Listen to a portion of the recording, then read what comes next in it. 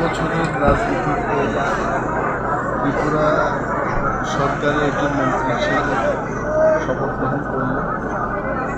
এবং যাই আমার কাছে তথ্য শুধু আসারাম বাড়ি না, সারা রাজ্যের মানুষের জন্য ভালো কাজ করতে আমার যা অভিজ্ঞতা নলেজ,